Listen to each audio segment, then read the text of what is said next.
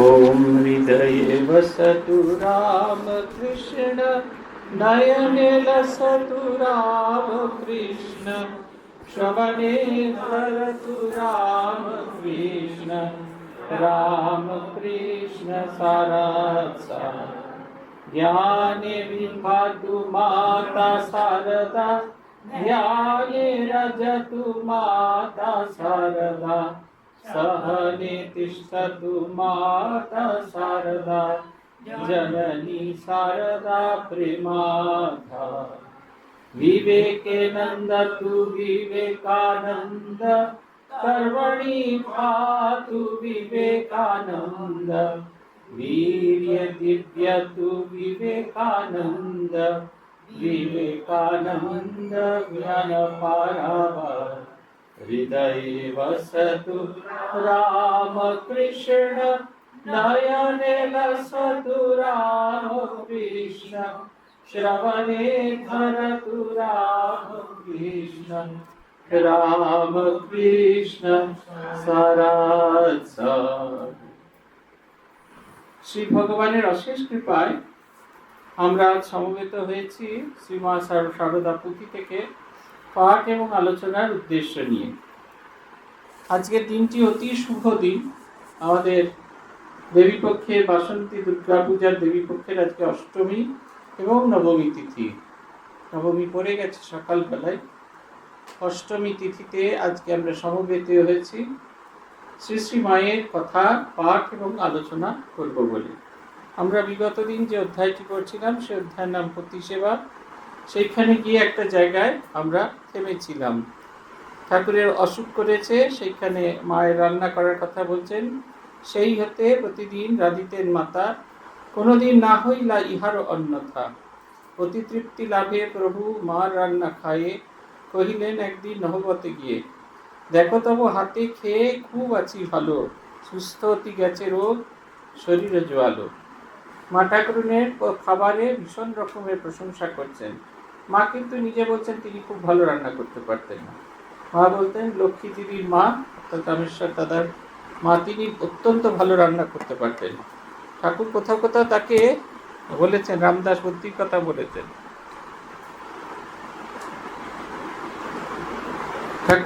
ঠাকুর তার খুব প্রশংসা করেছেন বহু জায়গায়।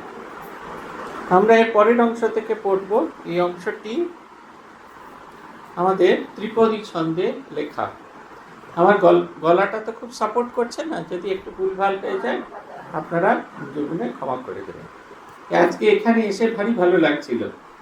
আপনারা শুনতে পেলেন না যারা অনলাইনে আছেন, এখানকার মায়েরা সবাই মা নাম সংকীর্তন করছিলেন, অনন্তরূপিণ গল্প করছিলেন, মা নাম সংকীর্তন করছিলেন। দুটোই মানে যুগপথ হচ্ছিল আর কি। যত শুনি কর্ণপুটে সবই মায়ের মন্ত্র বটে। তো এই দিদি তুমি কেমন আছো, ভালো হয়েছো, বসার জায়গা পেয়েছো, এও যেমন মাতৃনাম তেমনি তম্মে ব্রহ্ম সনাতনী মা শারদা ঈশ্বরী শুভদে মা, সেটিও হচ্ছিল। মানে সবেতেই আমরা মিতেছিলাম। স্ফুতিকার লিখছেন এই অংশে, কবিরাজ মহাশয় ভেষজ দানিয়া কয়, জলপান নাহিক চলিবে। তাহা শুনি সকলেরে শ্রীপ্রভু জিজ্ঞাসা করে, জল ছাড়া পানীয় কি হবে? শ্রীমাতা সাহস দিয়ে কত রূপে আশ্বাসিয়ে, সে ওষুধে দানিলা প্রপুরে। দুগ্ধ ৩-৪ সের ব্যতিক্রম নাহিয়ের, প্রতিদিন দেন মাতা হারে। ঘন করি জাল দিয়া ১.৫ সের বানাইয়া, করিতেন প্রভুর মুখে। প্রভুর সুধায় তারে দুগ্ধ কত দাও মোরে, ঘনহেরি ভয় লাগে বুকে। মা কহেন বেশি নয়, পোয়া ৫ মনে হয়, খেলে দোষ না হইবে তার। শুনিলেও সে বচন খুদ খুদ করে মন, জিজ্ঞাসেন প্রভু বারবার। একদিন গোলাপ মারে শ্রীপ্রভু জিজ্ঞাসা করে, কত দুধ পাও কিছু টের? না বুঝিয়া ভালো মন্দ মনে নাহি করে ছন্দ, হইলেন প্রায় ৪ সের। চমকিয়া প্রভু কয়, তাই তো অসুখ হয়, মাকে তবু আনা এখনই ডাকাও। এলে মাতা সেই ঘরে, শ্রীপ্রভু কহেন তারে, ৪ সের দুধ কেন দাও? জানো আমি পেট রোগা, নিত্য আছে মোর ভোগা। জানো এত দুধ কেমন এতে সয়? শ্রীমাতা কহিল তারে, মন্দ কেন বারে বারে, সন্দ কেন বারে বারে, 5 পোর বেশি কিছু নয়। গোলাপ কি জানে এর, তাই বলে 40 এই মাপ নাহি জানে কেহ। যদ্যপি শ্রীপ্রভু রায় এতে চুপ করে যায়, মনে কিন্তু বাড়িছে সন্দেহ। শ্রীপ্রভু কহেন মারে, দাস্ত হয় বারে বারে, সাদা রং যেন পালো পালো। আজকে 15 বার শেষ যেন নাহি তার, কিছু খেতে নাহি লাগে ভালো। চাহি না এরূপ সেবা, রোগ বৃদ্ধি করি যে বাপ, আজি হতে নাহি আর খাবো। সেই দিন না খেলা ভাত, উপবাসী দিন রাত, মাতারে দিলেন কিছু সাগো। এই ঘটনাটা পড়লে কিরকম একটা সিনেমার মতো মনে হয়। ছোট্ট একটা বাচ্চা ছেলে, তাকে যেন বোঝাচ্ছেন, শ্রীমা সারদা দেবী তাকে যেন বোঝাচ্ছেন। কল্পকারণ হাফ প্যান্ট পরা ছেলেটা ঘুরে বেড়াচ্ছে, মা তাকে খেতে দিচ্ছেন। কি সুন্দর ছেলে, সে বলছে ডাক্তার নিদান দিয়েছেন যে এতটুকু জল খাওয়া যাবে না, এমনকি বেদানার গা থেকেও যে জল আছে সেটা মুছে দিতে হবে। মা বলছেন যেরকম জগন্মাতা যেরকম শক্তি দেবেন সেই রকমই হবে, সেবা হবে, কোনো অসুবিধা নেই। তিনি খেতে দিলেন, দেখলেন জল তো খেতে হবে, জলের অভাব মেটানোর জন্য দুধ, সেই দুধ অনেকখানি নিয়ে এসে সেই দুধকে ঘন করে ক্ষীর করে ঠাকুরকে খেতে দেন। সে খেতে খুব সুস্বাদু, কিন্তু ঠাকুরের প্রতি মুহূর্তে সন্দেহ হতে থাকে, কতটা দুধ কতটা দুধ কতটা দুধ। মা প্রতিদিন তাকে মিথ্যা কথা বলেন, যেরকম আমাদের মায়েরা যেরকম আমাদের প্রতি মুহূর্তে মিথ্যা কথা বলেন। সকালে চিংড়ির মালাইকারি খেয়ে স্কুলে গেছেন, বিকেলে ফিরে এসে আবার বিকেলবেলা টিফিন করতে আবার একটুখানি পাউরুটির সঙ্গে চিংড়ির মালাইকারি খেতে পাচ্ছেন। আপনি বললেন মা এলো কোথা থেকে? মা বলে হ্যাঁ ছিল, একটু অতিরিক্ত ছিল না, মা নিজের ভাগ দিয়ে দিয়েছেন। ঠিক সেরকম সন্তানের স্নেহের, সন্তানকে খাওয়াতে সব রকমে সত্য মিথ্যার পারে যেতে পারেন মায়েরা। ঠিক সেই রকম শ্রীরামকৃষ্ণ তার সন্তান, কোলের সন্তান, তার কন্যা, তাই বলছেন মা কালী গো কোন দোষে আমায় করলি মা। যখন ঠাকুর চলে গেলেন তখন ঠাকুরকে তিনি বলছেন, কাঁদছেন আর বলছেন মা কালী গো কোন দোষে আমায় ছেড়ে গেলে মা। 2 সখী যেন, দুজনে 2টি সখী, বাইরে আলাদা আলাদা 2টি মূর্তি, আলাদা আলাদা 2টি মানুষ, কিন্তু দুজনে তারা 2টি সখী। 2 সখীতে সেইখানে আছেন, খুনসুটি করছেন। দুধ একবারে ঘন করে নিয়ে এসছেন, ইনি বলছেন কত, মা বলছেন কত আর শত। এরপরে গোলাপ মা বলে দিলেন যে অনেক বেশি দুধ আছে, সঙ্গে সঙ্গে ডেকে পাঠালেন মাকে। মা তখনও কিন্তু হার মানছেন না, মা তখনও বলছেন গোলাপ কি জানে এখানকার বাটির মাপ ওখানে কি মাপ হয়, তখনও পর্যন্ত লেগেছে। কিন্তু সত্যপরায়ণ শ্রীরামকৃষ্ণ দেখুন, তার মনে যতটা সন্দেহ এসছে, যেই সন্দেহ হয়েছে যে তিনি যেটা খাওয়া তার কথা সেটা খাচ্ছেন না, তার বেশি তিনি খাচ্ছেন, সঙ্গে সঙ্গে তার শরীর বিগড়ে গেল, কিছুতেই তাকে খাওয়ানো গেল না। এটা দুটো জিনিস দেখার মতো। শ্রীমা সারদা দেবী চেষ্টা করছেন, কিন্তু সত্যে আঁট এমন একখানি। ঠাকুর বলছেন না, সত্য কথা, ঈশ্বরচন্দ্র বিদ্যাসাগর বলছেন সত্য কথা কলির তপস্যা। ঠাকুর বলছেন যে সত্য বলছে সে ভগবানের কোলে একবারে সে হেলান দিয়ে বসে আছে। এই সত্য কথাটা, সত্য তার জীবনে এমনভাবে এঁটে আছে, এতটুকু তার থেকে ব্যত্যয় হওয়ার জোগাড় নেই। আগের দিন আমরা পড়ছিলাম, শম্ভু মল্লিকের বাড়িতে গেছিলেন, শম্ভু মল্লিক খুব ভালো ভালো বেদানা কিনে এনেছিলেন নিউ মার্কেট থেকে। সেই বেদানা কেটে কেটে দিচ্ছেন ঠাকুরকে, ঠাকুর একটু একটু করে খাচ্ছেন। তারপরে খানিকটা বেদানা ঠাকুর বলে আর খেতে পাচ্ছি না, তাই 2 হাতে 2টি বেদানা, নতুন বেদানা দিয়ে দিলেন, বললেন ঘরে গিয়ে খাবে। শম্ভু মল্লিক দাঁড়িয়ে দাঁড়িয়ে দেখছেন, ঠাকুর আর রাস্তা খুঁজে পাচ্ছেন, কোনো মতেই খুঁজে পাচ্ছেন না। তার বাগান থেকে দক্ষিণেশ্বরে তার ঠাকুরের ঘরে যাওয়াটা এমন কিছু কঠিন ব্যাপার ছিল না, কিন্তু শ্রীরামকৃষ্ণদেব খুঁজে পাচ্ছেন না, জায়গা কিছুতেই খুঁজে পাচ্ছেন না।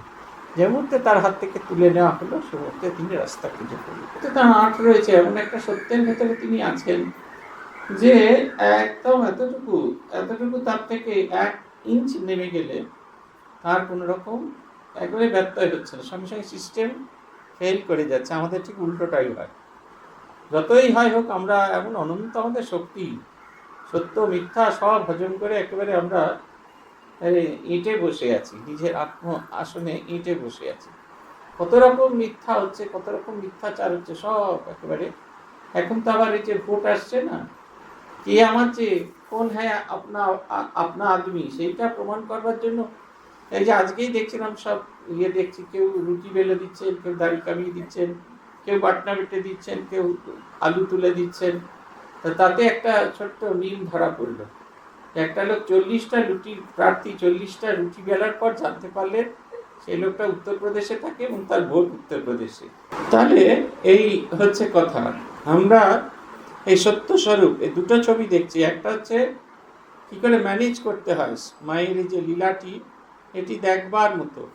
মায়ের এই লীলাটি একবারে সত্যি সত্যি খুব দেখার মতো। মা সেই কি সুন্দর করে ম্যানেজ করতে পারছেন। মা যে সঙ্গজননী, নরেনের মতো মানুষ যাকে ম্যানেজ করা যায়, আনম্যানেজেবল, সেই নরেন ঠিক করেছেন যে এবার রিলিফ হবে, রিলিফের জন্য যথেষ্ট টাকা ওঠেনি, অতএব তিনি বেলুড় মঠের জমি বিক্রি করে দেবেন। মা ওখানে সঙ্গে সঙ্গে টোকা দিয়ে রাখলেন, বলো কি, জমি তো আমার নামে কেনা হয়েছে, সেই জমি তুমি নরেন বিক্রি করবে কি করে? তার তো বিক্রি করার কোনো অধিকার নেই। এই যে সঙ্গজননী। আবার ঠাকুর কাজের লোক, তাকে মারধর করে পাঠিয়ে দিচ্ছে। সে হাঁটতে হাঁটতে মায়ের কাছে গিয়েছেন, বলছেন সন্ন্যাসী গাছের তলায় থাকবে, গাছতলায় থাকবে, ভিক্ষা করে খাবে, তাদের আবার ঘর বাড়ি, তাদের আবার ঠাকুর চাকর, সেই ঠাকুর চাকরকে মার বলে মা আবার সঙ্গে সঙ্গে ফেরত পাঠিয়ে দিচ্ছেন। মহাপুরুষ মহারাজ তাকে জড়িয়ে ধরে বলছেন, বাটা তুই হাইকোর্টে গিয়ে চলে গেছিলি। এই যে অ্যাডমিনিস্ট্রেটিভ কোয়ালিটি। আবার যে ছিলেন মায়ের কাছে স্বামী সত্যকামানন্দজি, যখন মায়ের কেউ ছিল না, মা বারবার তার সম্পর্কে বলছেন, তখন কেউ ছিল না, ভাইয়ের বউরা সব খুব ছোটোখাটো, আমার সঙ্গে তেল কালি ঝুলি মেখে সে তখন ধান সেদ্ধ করার কাজে লাগতো।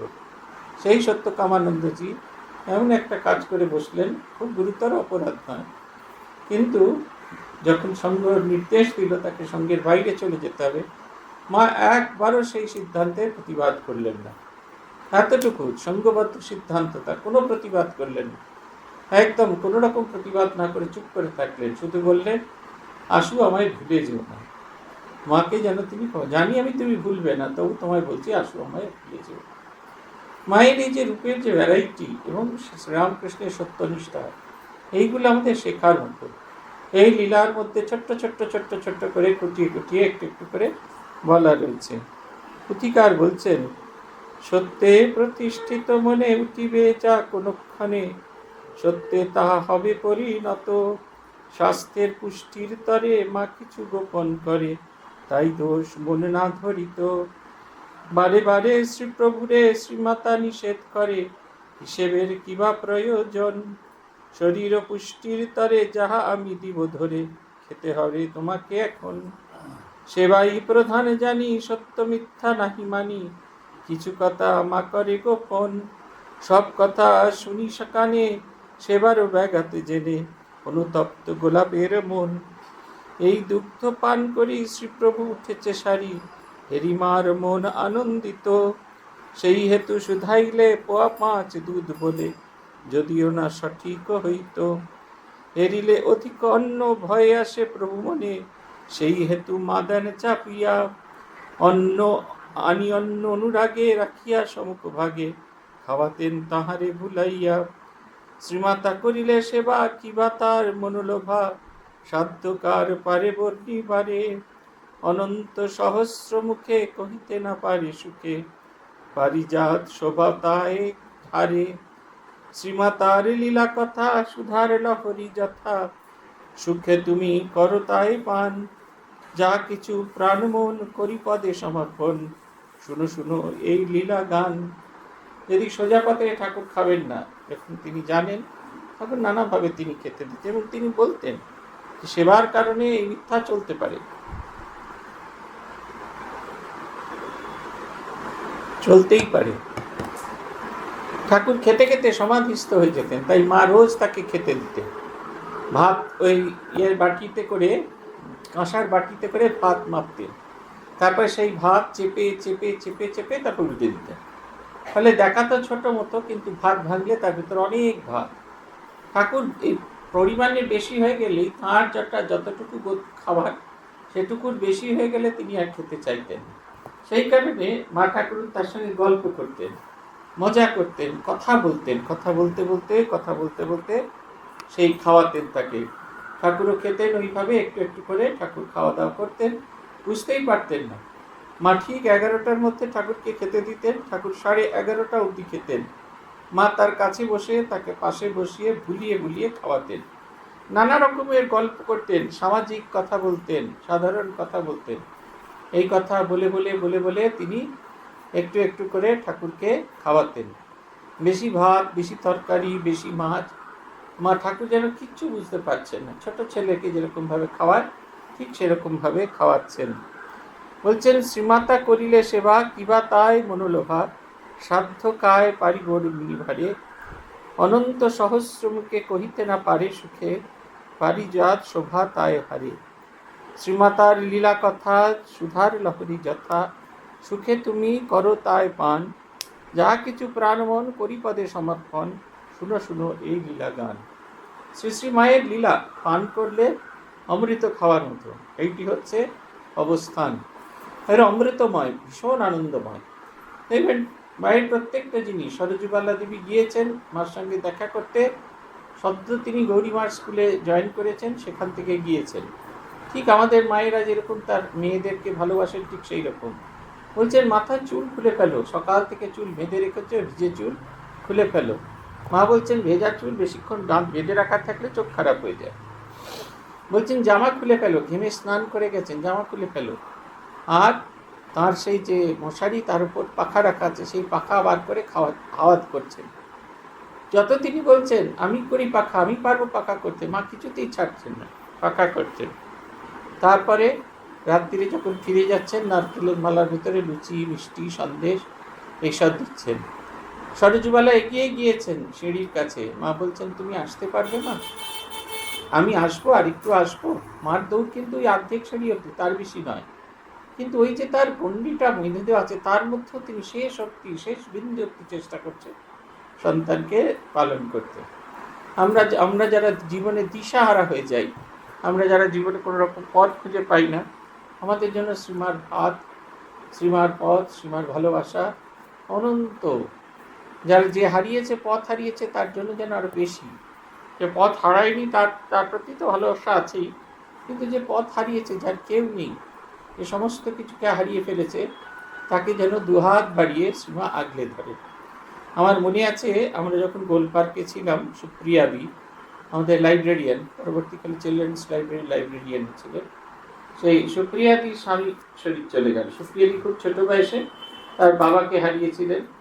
মা মানুষ করেছিলেন যেরকম হয়, ওয়েল প্রটেক্টেড মহিলা। তারপর তার স্বামী তাকে খুব যত্ন করে রাখতেন। আচমকাই একদিন তার স্বামী শরীর চলে গেল। তারপরে যেদিন তিনি এসে জয়েন করবেন, সেদিনকে আমার দায়িত্ব করলো। আমি যেহেতু ওনার কাজগুলো দেখছিলাম, তাই যেদিনকে উনি এলেন, সেদিনকে আমার দায়িত্ব পড়লো ওনাকে ফেস করা। কোনো সাধু আর ফেস করতে চাইছেন। তো উনি এলেন, এসে আমি সঙ্গে সঙ্গে আসা মাত্র ডিউটি বুঝিয়ে দিলাম, এই বই গেছে অ্যাক্সেশন রুমে, এই বই বাঁধাতে গেছে, এইখানে এই বইগুলো 3টে ট্রলি আছে। মানে এত কাজ রেখে দিয়েছি যাতে 2-3 দিন তিনি আর মুখ তুলতে না পারেন। ইচ্ছে করে রেখে দিয়েছি, ওগুলো আমিও করতে পারতাম, ইচ্ছে করে রেখে দিয়েছি, সব রেখে দিয়েছি, সুপ্রিয়া দিয়ে নিয়ে করবেন, যাতে তিনি এতটুকু অন্যরকম কিছু চিন্তাভাবনা না করতে পারেন। তা সত্ত্বেও অফিসে বসে কাজ করছি, দেখি টুকটুক টুকটুক করে সুপ্রিয়া দিয়ে এসে হাজির। তিনি তার মনের দুঃখের কথা বললেন, খুব স্বাভাবিক। আমার তখন কি একটা বদবুদ্ধি খেলে গেল। আমি বললাম, দেখুন, আমাকে বললেও আমি বুঝতে পারবো না, জানেন তো। আপনি বরং 3 তলায়, আমি বলে দিচ্ছি 4 তলায় ঠাকুরঘর, সে ঠাকুরঘরে দরজা খুলে দেবে। আপনি যান উপরে। এখন তো দিনের বেলা ভিজিটার থাকতো না, একা। আপনি যান, একাকে গিয়ে মাকে গিয়ে আপনার মনের কথা বলুন। মা যদি মেয়ের দুঃখ না বুঝতে পারে, তাহলে জগৎ সংসারে কেউ বুঝতে পারে।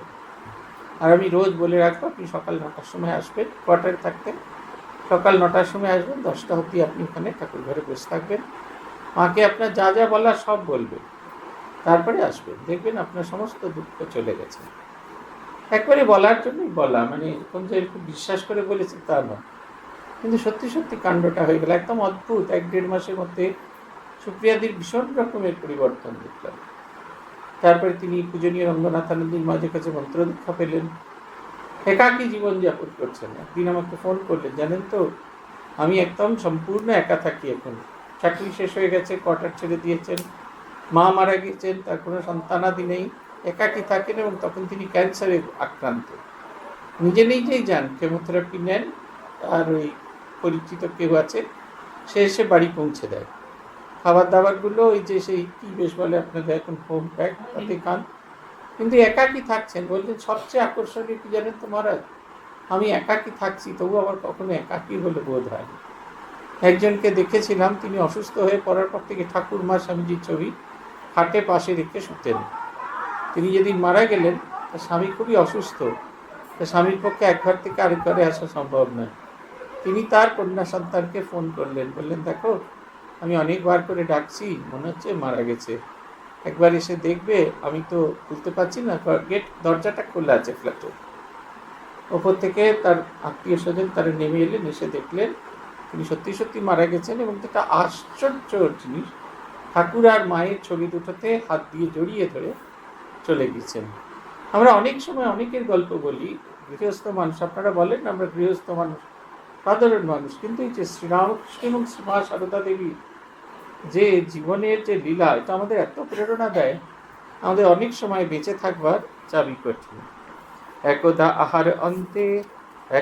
আহার অন্তে মশলা নাই হেরি, নহবতে গেলা প্রভু খাইতে সুপারি, জোয়ান মৌরি খেয়ে নিয়ে কিছু হাতে, ফিরিতেছে প্রভু এবে নিজ কুটিয়াতে, অসঞ্চয় শ্রীরামকৃষ্ণ করিয়া সঞ্চয়, ফেরিলা ফেরার পথ হইয়াছে লয়, তথা হতে গিয়ে প্রভু গঙ্গার কিনারে, মাডুবি শুধু কয়ে বারে বারে, শ্রীমাহেরি তরা করি হৃদয়ে ডাকায়, হৃদয়ে ধরিলে হাতে প্রভু রক্ষা পায়, সাতকার করে সেবা এই দেবতারে, এই দেবে সেবিতে দেবী শারদাই পারে, জীবনের কাম্য জানি শ্রীপ্রভুর সেবা, প্রাণ ঢালি করে মাতা তাহাই রাত্রি দিবা। প্রতিকার বলছেন, হ্যাঁ, তাই তিনি মায়ের কাছ থেকে কিছুটা মশলা নিয়ে আসতে গেলেন। মশলা খেলেনও, খাওয়ার পর মা কিছুটা মশলা একটা কাগজে মুড়েও দিলেন। ঠাকুরের রাস্তা খুঁজে পাচ্ছেন। সঞ্চয়, সাধু পঞ্চী দরবেশ তারা কখনো সঞ্চয় করেন না, ঠিক সেই রকম তিনি আর কিচ্ছু সঞ্চয় যেহেতু করেছেন, তিনি পথ হারিয়ে ফেলেছেন। দেখুন, নিষ্ঠার প্রতি, জীবনের নিষ্ঠার প্রতি যেটি প্রতিজ্ঞা করেছেন, আমি এমনটা করে চলবো। আমরা তো কতবার প্রতিজ্ঞা করি, নববর্ষে প্রত্যেকবার রেজলিউশন নিই, প্রত্যেক দিন সকালে 1000, রাত্রি 1000, 2000 করে জব করে মিনিমাম, আর 8-10 হাজার সেটা কোনো ব্যাপার নয়। কেউ 1 লাখের কথা বলে ফেলে, তারপরে হয় কি বলছে, না ঠিক বলেছিলাম 1 লাখ, 1 বছরে 1 লাখ জব করবো। হ্যাঁ, কি আর 2-5 দিনে হয়? 1 বছরে 1 লাখ জব করবো। আমাদের যখন জবের ওরিয়েন্টেশন বদল করা হবে, মহারাজ বলছেন, বিমল আত্মানন্দী বলছেন কীরকমভাবে বেশি বেশি জব করতে হবে, কোন সময় জব করলে বেশি কাজে দেবে, সেই সব তিনি আমাদের বোঝাচ্ছেন। তখন তিনি মজা করে বলছেন, এই যে তোমরা শুনলে, শোনা মাত্র তোমাদের মোটামুটিভাবে সবাই ঠিক করে ফেলেছো, মহারাজ যেভাবে বলেছেন এইভাবে দিয়েই 3 মাসের মধ্যেই আমরা 1 লক্ষ করে প্রত্যেক দিন জব করা শুরু করব। আদতে কিন্তু 1 লক্ষ হবে, কিন্তু আমাদের মন সবসময় সেই 1 লক্ষ জব করবে এই একটা ভাবনা চিন্তা থাকবে। মনে হচ্ছে এ মাসটাই হলো না 1 লাখ, পরের মাসই হবে 1 লাখ। এইভাবে যদি ভাবতে থাকি কোনোদিনই করা হবে না, তাই উঠে পড়ে লেগে যেতে হবে। এই যে আদর্শ, যেটা আদর্শ গ্রহণ করেছি, ভগবান লাভ করতে হবে এবং ভগবান লাভের পথে এইভাবে চলতে হবে, প্রতিজ্ঞা করছি, আমরা একেবারে সম্পূর্ণ ভুলে যাই। গুরুদেবকে লিখি দিনে 2 বার করে জপ ধ্যান করো, দিনে 2 বারও জপ ধ্যান ভালো করে করতে পারি না। সেদিনকে আবার একজন বলছিলেন যে সব পারি, কিন্তু সকালবেলা উঠে জপ ধ্যান করতে খুব কষ্ট হয়। আচ্ছা রে, বিছানায় ঘুম থেকে উঠে বিছানায় বসে বসে যে 108 জপটা করি, ওই একটু করি আর কি, 108 না, বলতে ওই একটু করি, ওইটা 108 বলে কাউন্ট হবে না, না ওটা উপাসনা বলে কাউন্ট হবে। যেমন বলা আছে ঠিক সেরকমভাবে, যেরকমভাবে বলা আছে প্রার্থনা করতে হবে, মানস পূজা করতে হবে, উপাসনা ওইভাবেই করতে হবে। খুব বেশি সময় লাগবে না, 10টা মিনিট আপনি সময় দিতে পারবেন না, আপনি এত বিজি। আমাদের অনেক সময় আমরা না করেই বলে থাকি যে আমরা খুব বিজি। মা ঠাকুরানীর জীবন দেখুন কি সুন্দর, শ্রীরামকৃষ্ণ তার জীবন দিয়ে আমাদেরকে বুঝিয়ে দিয়ে যাচ্ছেন। জীবনটাকে তিনি যেরকমভাবে দেখেছেন সেইভাবে জীবনটাকে অতিবাহিত করেছেন। সেই সঞ্চয় হবে না কখনো, তাই মৌরি মিছিল ওই সামান্য ওইটুকু মশলা দিয়েছেন, তাতেই তিনি তার পথ হারিয়ে ফেলছেন। গঙ্গার তীরে গিয়ে বলছেন, মা তাহলে ডুবি, মা তাহলে ডুবি। হৃদয়রাম তাকে ধরে নিয়ে এসেছেন। পথিকার একটি দারুণ কথা বলেছেন, সাধ্যকার করে সেবা এই দেবতারে, এই দেবা সেবিতে দেবী শারদাই পারে। গম্ভীরানন্দজি মহারাজ শ্রীমা শারদা দেবী গ্রন্থে একটি কথা লিখেছিলেন যে দেবতার পূজার বিধি জানা আছে, মানুষের সেবার বিধিও জানা আছে। দেবতা যখন মানুষ হয়ে আসেন, তখন দেবমানবের সেবা কেমন করে করতে হয় তা কোনো দেবমানবীর পক্ষেই সম্ভব, দেবমানব বা দেবমানবীর পক্ষেই সম্ভব। বলছেন শ্রীরামকৃষ্ণদেব স্বয়ং দেবতা, তিনি মানুষ হয়ে মানুষ রূপ ধারণ করে এসেছেন। তাই তাকে দেখার জন্য একজন দেবমানব আর একজন দেবমানবীকে পাঠানো হয়েছে। একজন হলেন হৃদয়রাম মুখোপাধ্যায়, দ্বিতীয় জন হলেন শ্রীমা শারদা দেবী। তারা তাদের দেবত্ব দিয়ে, তাদের ভালোবাসা দিয়ে, সব কিছু দিয়ে এদের জীবনকে নতুন করে পরিবর্তন করেছে। আমাদের সাধারণ মানুষের পক্ষে এইভাবে করা সম্ভব নয়। সকালবেলা খেতে দিয়ে এসছি, খাইনি, গল্প করে ভালোবেসে একদিন ভালো লাগে, দুদিন ভালো লাগে, রোজ রোজ কি আর ভালো লাগে? আপনাদের বাড়িতে যাদের পেশেন্ট আছে, কিন্তু বিরক্তি হয় না? দূর খাচ্ছে না, বলে যাচ্ছে খেয়ে নাও, সব কথা ভুলে যাচ্ছে। এই সময় বলেছিলাম এই ওষুধটা খেতে হবে, আমি তোমার পেছনে বসে থাকবো টিক টিক টিক টিক করে। আপনাদের সবার বাড়িতেই দেখবেন অল্প বেশি বয়সী আপনাদের যে সঙ্গীরা আছেন, যাদেরকে আমরা এইভাবে অবহেলা করে থাকি। অবহেলা ঠিক করি না, আমাদের ধৈর্য অতটা কুল হয় না, সেই কারণে আমরা অবহেলা করে ফেলি। নাহলে এরকম তো বলছেন দেবমানবের সেবা, দেবমানবী একই কাজ করছেন, রোজ একই কাজ করছেন, কিন্তু নিখুঁত করে। আমরা বেলুড় মাঠে দেখেছি। আমার মাঝে মাঝে জিজ্ঞাসা করতে ইচ্ছা হতো, প্রশান্ত মহারাজ ছিলেন স্বামী ব্রহ্মানন্দজি মহারাজের পূজারী। 1978 সালের থেকে তিনি স্বামী ব্রহ্মানন্দজি মহারাজের মন্দিরে পুজো করছেন। 2014 সালে এসে ক্ষান্ত হলেন।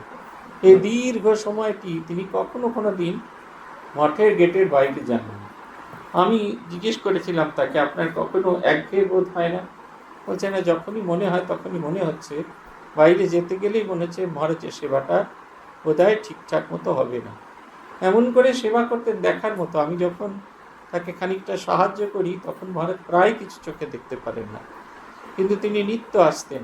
আমরা সাহায্য করতাম মহারাজকে স্নান করিয়ে দেওয়া, রাজামাঝের মূর্তি, গোপালের মূর্তি, কিন্তু মোছানো হয়ে গেলে উনি পরাতেন কাপড়, নিখুঁত করে পরাতেন, চোখে কিন্তু ভালো করে দেখেন না, সবটাই আন্দাজে। উনি বুঝে গেছিলেন একটা সময় পরে উনি চোখে দেখতে পারবেন না, তাই আন্দাজ করে নিয়েছিলেন। নিজের ঘর থেকে মায়ের মন্দির কত স্টেপ সেটা উনি গুনে গুনে আসতেন, চোখে কিন্তু কিচ্ছু দেখতে পেতেন না। এইরকম জায়গাটা দাঁড়ালে মাকে সোজাসুজি দেখবেন, ভাবটা হচ্ছে না রে আমি দেখতে পাই না পাই, মা আমাকে দেখছেন। সেখান থেকে রাজামাঝি মন্দির কতগুলো স্টেপ তিনি জানেন। শুধু এইখানেই থেমে নেই, তিনি হেঁটে হেঁটে রোজ ঠাকুরের মন্দিরে যেতেন, ঠাকুরের নৈবেদ্য ফুল সমস্ত পুষ্পপাত্রটি বহন করে আবার সমস্ত রাস্তা তো ওইভাবে হেঁটে হেঁটে হেঁটে আসতেন। এসে চাবি খুলে ঠাকুরের নিত্য পুজো করতেন, অর্ঘ্য তৈরি করতেন। প্রায় কিছুই চোখে ভালো করে দেখতে পান না, খুব সামান্য একটু আবঝাব যা দৃষ্টি আছে সেই দিয়ে তিনি দেখতেন। এত ভালোবাসা কল্পনা করা যায় না। আমরা দেখেছি ব্রহ্মানন্দজি মহারাজের খাট আছে, দোতলায় খাট আছে, মহারাজের ব্যবহার করা খাটটি আছে। সেই খাটে ব্রহ্মানন্দজি মহারাজের সময়কার ছবি আছে। সেই ছবিটিতে নিত্য শয়ন দেওয়া হয়। সেই মহারাজ এত সুন্দর করে শয়ন দিতেন। অল্প ঠান্ডা পড়েছে তাই পাতলা একটা চাদর গলা থেকে পা অবধি দিয়ে রেখেছেন, আর একটা লেপ দুটো ভাঁজ খুলে পায়ের কাছে দিয়ে রেখেছেন। এমন সুন্দর করে দিয়েছেন, এমন টান টান করে মশারি আটকেছেন, মনে যেন জীবন্ত মানুষের সেবা করছেন, তার বেরিয়ে আসতে এতটুকু কষ্ট না হয়। আমরা দেখতাম ঠাকুরের কাপড় পরানো হয় এত সুন্দর করে। এই যে আমাদের মানুষের সেবা ভগবানের প্রতি, আর দেবমানবের সেবা একদম অন্যরকম, মন দিয়ে সেবা করছেন, যেন তিনি বুঝতে পারছেন কখন তার কি প্রয়োজন আছে। ঠাকুরকে শুধু মশলা দিয়ে ছেড়ে দিলেন, ঠাকুর কোন দিকে যাচ্ছেন, ঘরে আদৌ ফিরলেন কিনা সেইটার ওপর একবারে কড়া নজর রেখেছেন। যখন দেখছেন ঠাকুর ফিরছেন না, তখন হৃদয়রামকে ডেকে সেই ব্যবস্থাটি করছেন। এই দেবমানবের সেবা করা খুব একটা সহজ সাধ্য নয়। দেবমানবী হতে হয়, সত্যগুণের অধিকারিণী হতে হয়, পবিত্রতার একেবারে গুণময় হতে হয়, তবেই এই সেবা করা সম্ভব। পুতিকা লিখছেন, ইহাতে প্রভুর সঙ্গ লাভ হয় তার, সেবা ছাড়া দর্শন নাহি মিলে আর। তথাপি গোলাপ মার মনে ইচ্ছা হলে, ভাতের থালাটি দেন তার হাতে তুলে। ইহাতে প্রভুর সঙ্গ নাহি মিলে মার, অগ্রেতে হইত যাহা দিনে একবার। গোলাপ সাধিকা নারী ইচ্ছে নাহি ভুল, তথাপিও বুদ্ধির ভাণ্ড ছিলা অপ্রতুল। অপরের ভাব নেই ধরিতে না পারে, অহিত করিলা ইথে নিজ অগোচরে। একদিন মাকে কয় গোলাপের মাতা, মনমোহনের মা বলে এই কথা। উনি এত ত্যাগী আর মা করে গহনা, লোকের চক্ষেতে ইহার ভালো তো ঠেকে না। এই কথা শুনে মাথা খুলে তাগাহার, দুই গাছি বালা মাত্র করিলেন সার। যোগিনমা পরদিন বহু বুঝাইয়ে, আর কিছু অলঙ্কার পরাইলে মায়ে। আর না পড়িলে মাতা সব গহনাদি, গলরোগ সূত্রপাত হইতে অবধি। পুতিকার বলছেন, গোলাপ মা সব ভালো, তিনি খুব সাধিকা ছিলেন, মায়ের খুব সেবা করতেন। গোলাপ মাথা না থাকলে মায়ের সংসারটিও চলতো না। তিনি মায়ের ভান্ডারী, রোজ মাকে তিনি করতেন, মায়ের জন্য রান্না বান্না তিনি করতেন। শাক সবজি কাটা, কি রান্না হবে, কাকে কি খেতে দেয়া হবে, কে মাছ ভালোবাসে, কে মাছের পেটি ভালোবাসে, কে লেজা ভালোবাসে, সবটুকু গোলাপ মার নখদর্পণে ছিল। তারপরে গোলাপ মা এতটুকু বিশ্রাম করতেন না দুপুরবেলা। সকালবেলা ঘুম থেকে উঠে যারা মশারি তুলতেন, মশারি খোলার আগে দেখে ফেলতেন মশারিগুলোর কি অবস্থা, কার মশারি ছিঁড়ে গেছে, কার বালিশের ওয়ার ছিঁড়ে গেছে। গোলাপ মা সেইগুলো টেনে টেনে খুলতেন। কিন্তু বহু বিষয় বড় বোকা ছিলেন, তার মধ্যে একটা এই, মা ঠাকুরুন সারাদিনে, গোলাপ মা ঠাকুরের কাছে বহুবার যেতে পারতেন, তাতে কোনো বিধিনিষেধ ছিল না। মার একবারই দিনের বেলা ঠাকুরের কাছে যাওয়া ছিল, এবং সেটা খাওয়ার সময় তিনি ঠাকুরকে অনেকটা সময় পেতেন। গোলাপ মা সেই ঠাকুরের ভাতের থালা নিয়ে চলে আসতেন। ঠাকুর তো কখনো কিছু বলতেন না, কিন্তু মায়ের মনে বড় কষ্ট হতো। তিনি নিজেকে সান্ত্বনা দিতেন, এটা আমাদের কাছে খুব শিক্ষার জিনিস। আমরা কখনো কখনো না পেলে নিজেদের ভিতরে গর্জন করতে থাকি। মা নিজেকে সান্ত্বনা দিতেন, মন তুই এমন কি করেছিস যে নিত্য তার দর্শন পাবি, তার দর্শন পাওয়া তো এত সহজ বস্তু নয়। নিজেকে সান্ত্বনা দিতেন, নিজেকে বোঝাতেন। আমরা যদি নিজেকে বোঝাতে না পারি তাহলে ভীষণ ভীষণ ভীষণ ভীষণ মুশকিল। এটা কিন্তু আমাদের বুঝতে হবে, ভীষণ কষ্ট পেতে হবে, এত কষ্ট পেতে হবে আমরা কল্পনা করতে পারি না। এই কষ্ট, এই বেদনা আমাদের পেতে হবে।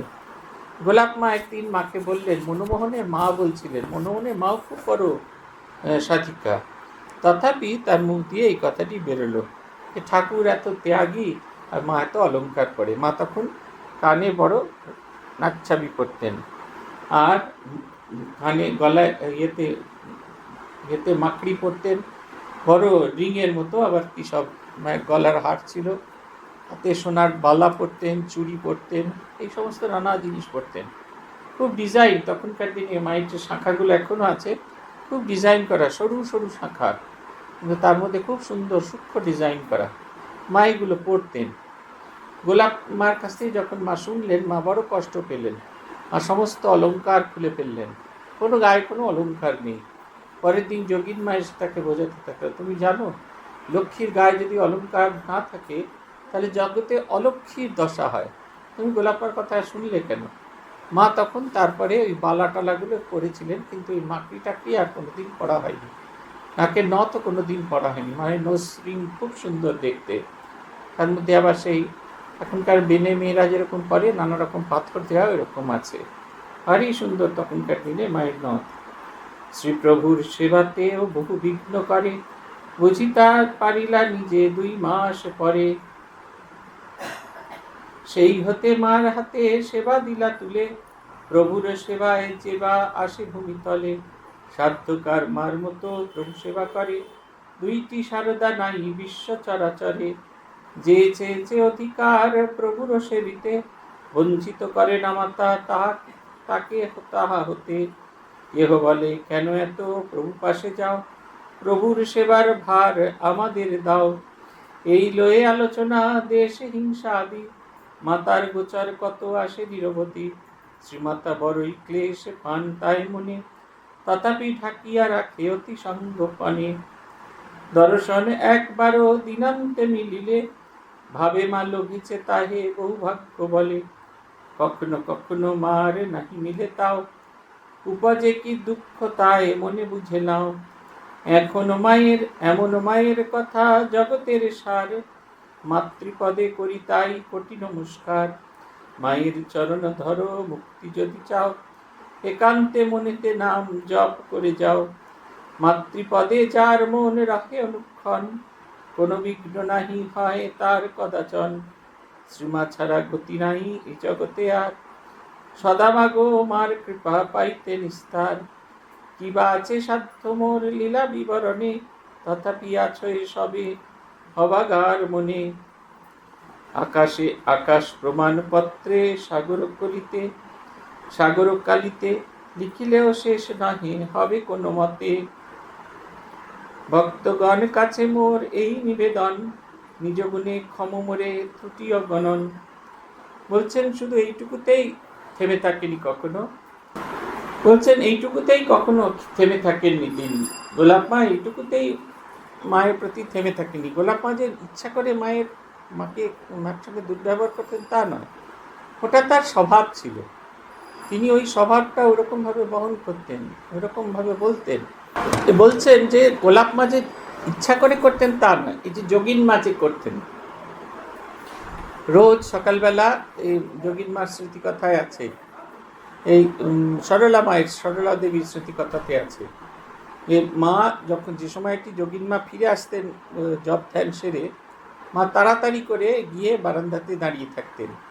যোগিন মা এসে এই নিচে যেখানটা এখন দেখবেন এখনো কল, পায়ে ধোয়ার জল কল আছে একটা, ওইখানে ওই পাশটাতে একটা গঙ্গা জলের জ্বালা ছিল।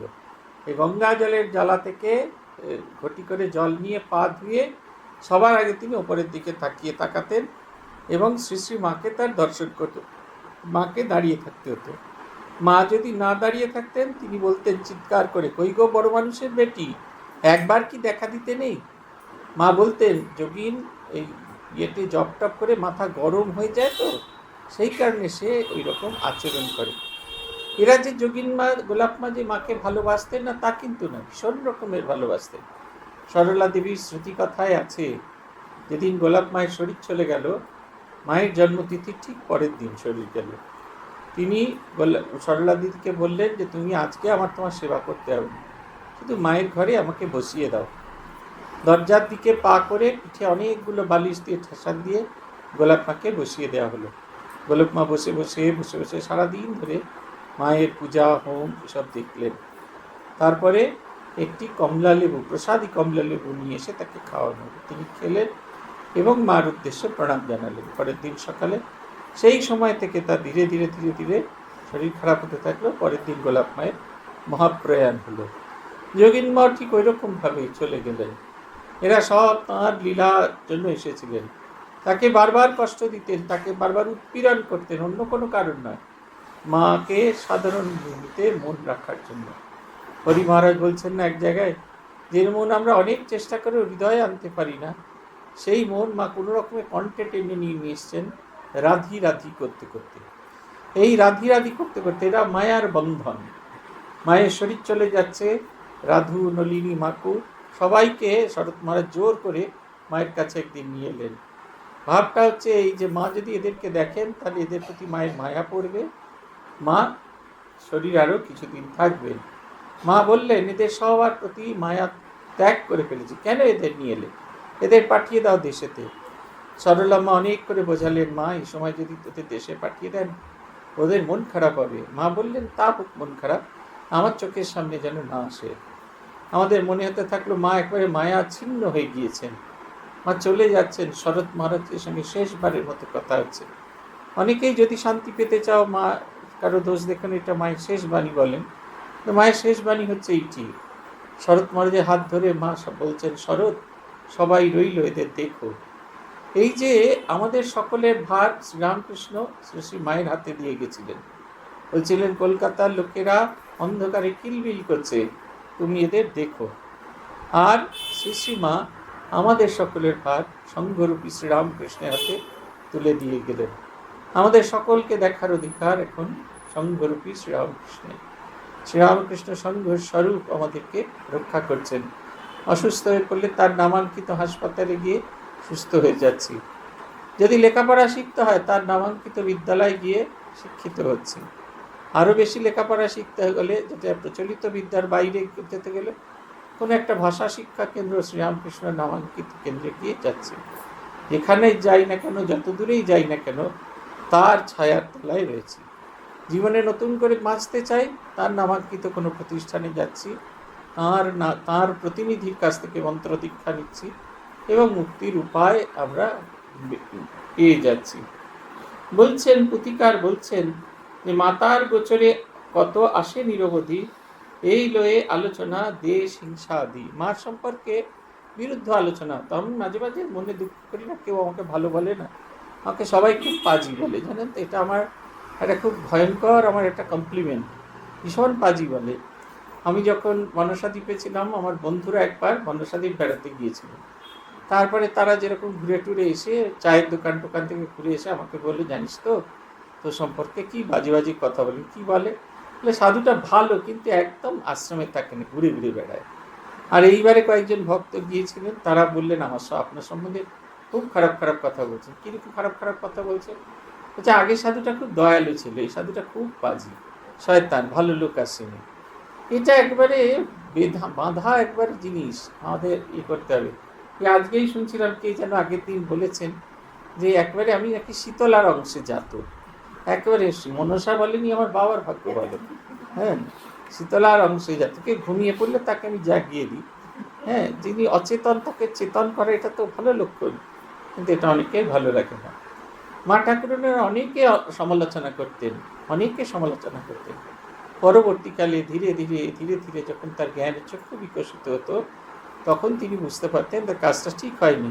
কিন্তু মা ঠাকুরানীর ঘটনাটা দেখুন, তাঁর গায়ে কিন্তু আঁচও লাগতো না, তিনি এটা পাত্তাও দিতেন না।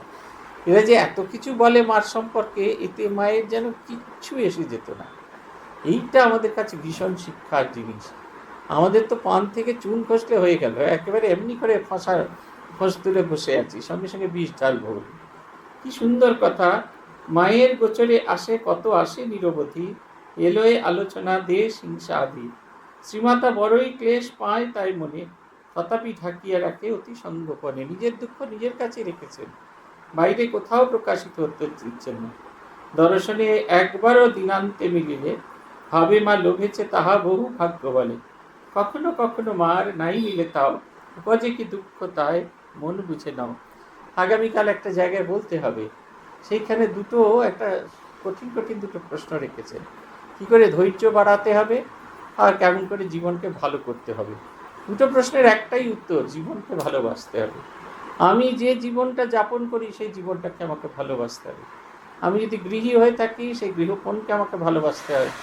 আমি যদি সন্ন্যাসী হয়ে থাকি, আমাকে আমার সন্ন্যাসীর জীবনটাকে ভালোবাসতে হবে। প্রত্যেক জীবনের কিছু প্লাস পয়েন্ট আছে, প্রত্যেক জীবনের কিছু মাইনাস পয়েন্ট আছে। সেই দুটোকে সমভাবে অ্যাকসেপ্ট করে এগিয়ে যেতে হবে। পুরুষ মানুষ যেরকম আমাদের সমাজ ব্যবস্থা যেরকমভাবে তৈরি আছে, পুরুষ মানুষ যেভাবে মুক্ত হয়ে ঘুরে বেড়ায়, আমাদের মহিলারা সেভাবে মুক্ত হয়ে ঘুরে বেড়াতে পারে না। কিন্তু সে যদি তার জায়গা থেকে মুক্ত হতে পারে, তাহলে কত কি করতে পারে। এই দেখুন, আমাদের দুটো চ্যানেল রয়েছে, খাবার জায়গা, lakh lakh million viewers, nishamodhurika.com। সাধারণ একটা গৃহবধূ, আপনারা তো কিছু লেখাপড়া শিখেছেন, তিনি খুব কম লেখাপড়া শিখেছেন, কিন্তু তার হাতের জাদুকে তিনি ভীষণ ভালো রান্না করতে পারেন। আর শুধু তাই না, খুব ভালো পড়াতে পারেন। কেমন করে রান্নাটা করতে হয় সেটা খুব সহজ সাধারণ উপায় বলেছেন। অতনু তো অনেক বিদেশ থেকে লেখাপড়াটা শিখে এসছে, শেফগিরি করে এসেছে, সে তো বলবেই। কিন্তু আমি nishamodhurika.com দেখি যখন, তখন অবাক হয়ে যাই। সাধারণ একজন গৃহবধূ, পাপা মামিস কিচেন, আপনি ভদ্রমহিলাকে দেখলেই বুঝতে পারবেন, একবারে রাজস্থানের একজন গৃহবধূ, কি অপূর্ব সুন্দরভাবে করছেন। তিনি একটু একটু করে শিখে গেছেন কীরকম করে বলতে হবে, কেমন করে বলতে হবে। এই যে আমরা প্রত্যেকেই যদি মুক্তির উপায় আমাদের জায়গা থেকে হতে পারি, তাহলে জগৎটা ভারী সুন্দর হয়ে যায়। তাহলে আমাদের দুঃখগুলো আমাদের এইভাবে হয় না। মার চরণে ধরি মুক্তি যদি পাও, একান্তে মনেতে নাম জপ করে যাও। মাতৃপদে যার মন রহে অনুক্ষণ, কোনো বিঘ্ন নাহি হয় তার কদাচন। কি করে বিঘ্ন হবে? কারণ সে তো আমাদের মন অন্যদিকে ঘুরে বেড়ায় বলে তো আমাদের এত বিঘ্ন হয়। যদি আমাদের মন অন্যদিকে না ঘুরে বেড়ায় তাহলে তো বিঘ্ন হওয়ার কথা না। আমরা তো এক মন, এক প্রাণ, এক সমস্ত কিছু দিয়ে ভগবানের চিন্তা করতে থাকবো। আকাশ প্রমাণপত্রে সাগর কালিতে লিখিলেও শেষ নাই, হবে কোনো মতে। ওই যে আমাদের শিবস্তোত্রম আছে, সেখানে বলেছেন না, বলুন বলুন। হ্যাঁ, এই যে কি সুন্দর বলছেন দেখুন। অসিত গিরি সমম স্যাৎ কজ্জলম সিন্ধু পাত্রে সুরতরুवर শাখা লেখনী পত্র মুর্বি লিখতি यदि गृहीत्वा शारदा सर्वकालम तदपि तव गुणानाम ईश पारण्य याति। পুষ্পদন্ত তার সেই বিখ্যাত মহিম্নস্তবে বলছেন, অসিত গিরি, অসিত মানে কালো, কালী, যে যে কালির আগে যে বড়ি হতো সেই বড়ির মতো যদি সমস্ত অসিত গিরি সমম স্যাৎ, সেই সমস্ত পাহাড়গুলো যেন যদি কালির বড়ি হতো। অসিত গিরি সমম স্যাৎ কজ্জলম সিন্ধু পাত্রে, আর সাগর যদি সেই কালি ধারণের যে পাত্র সেইটা যদি হতো।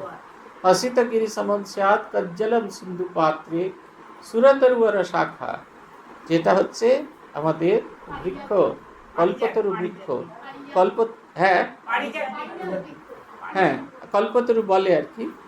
সেই কল্পতরু বৃক্ষের ডাল সেই নিয়ে মহা সরস্বতী লিখছেন।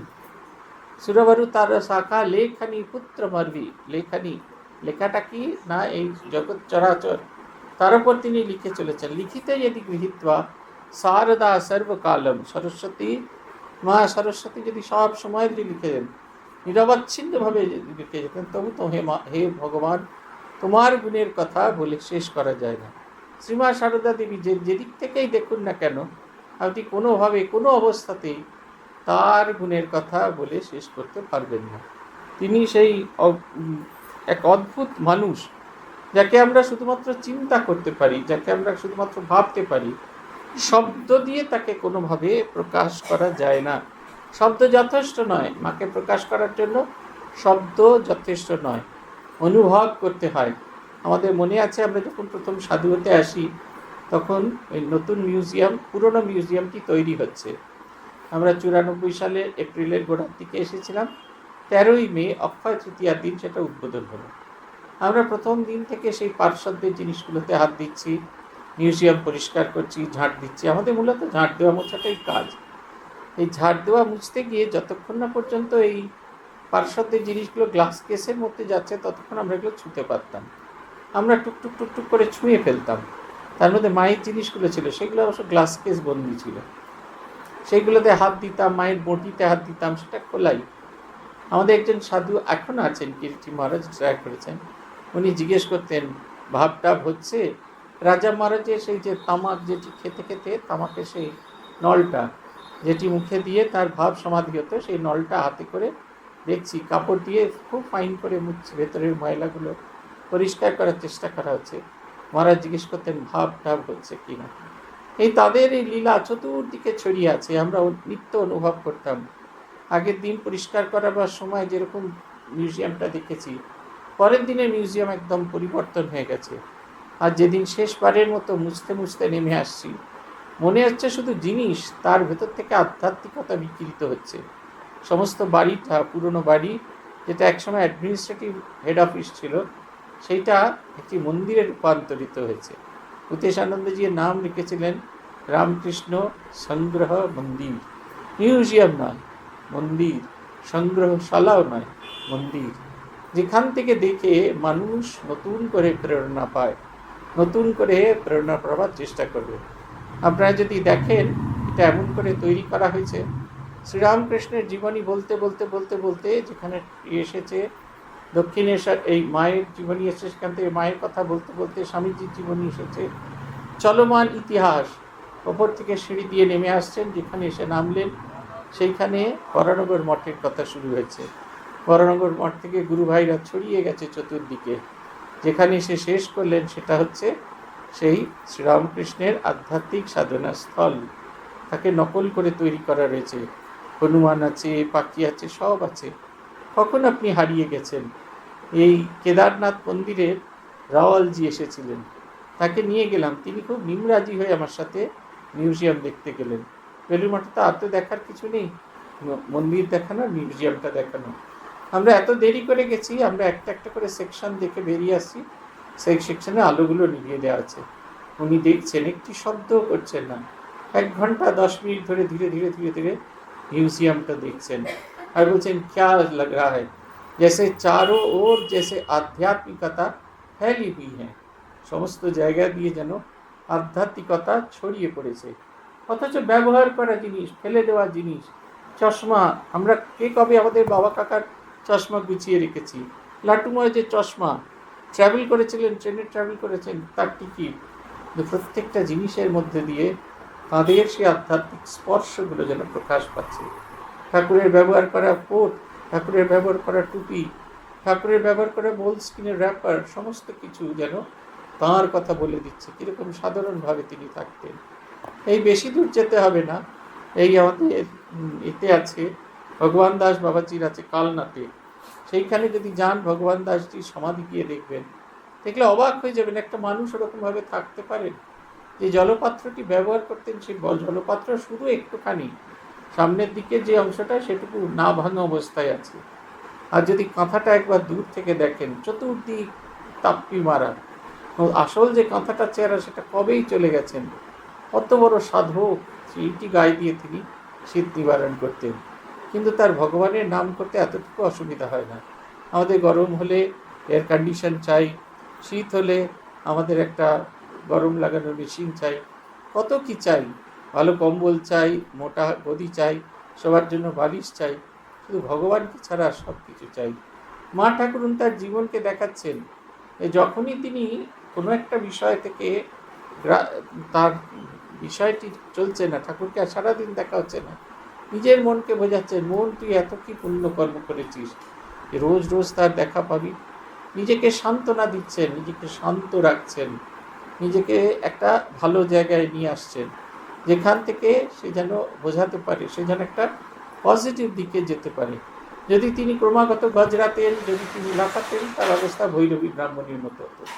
ভৈরবী ব্রাহ্মণী দেখুন, যখন শ্রী রামকৃষ্ণ অবতার কিনায় বলার জন্য তিনি সকলের সঙ্গে লড়ে গেলেন, সেই শ্রীরামকৃষ্ণকে সঙ্গে করে তিনি কাঁওয়াট করে গেলেন।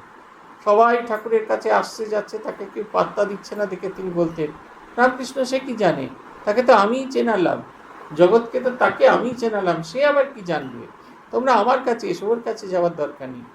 অহংকার গমড়াচ্ছে।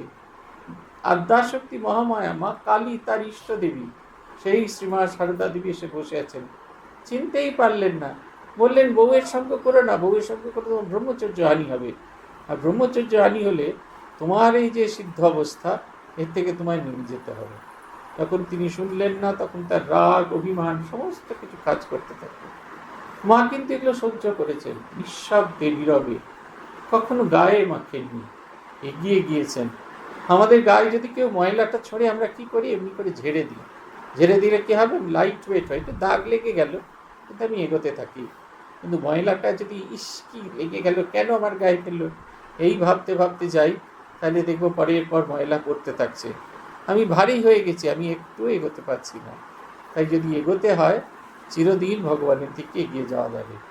এগোতে এগোতে এমন সময় দেখবেন ভগবান সবার হাতে দাঁড়িয়ে আছেন, তাহলে ঝরঝর করে আপনাকে পরিষ্কার করে দিচ্ছেন। যে মানুষটা আপনি বেরিয়ে যাবেন, সে মানুষটার ভেতরে মালিন্য রহিত একটা মানুষ। আমাদের এই ভগবানকে চাওয়া, ভগবানের লীলা পড়া, সব কিছুর একটাই উদ্দেশ্য, মালিন্য রহিত হওয়া। এই যত আমরা মালিন্য রহিত হতে পারবো, তত আমাদের জীবন সুন্দর, আনন্দময় এবং প্রেমময়। সকলে ভালো থাকবেন। আজ পর্যন্ত। প্রণতানাম প্রসীদত্বম দেবী বিশ্বার্তিহারিণী त्रैलोक्यवासिनां विद्ये लोकानां वरदा भवतु। ओम शांति, ओम शांति, ओम शांति। हरि ओम तत्सत्। श्री रामकृष्णार्पणमस्तु।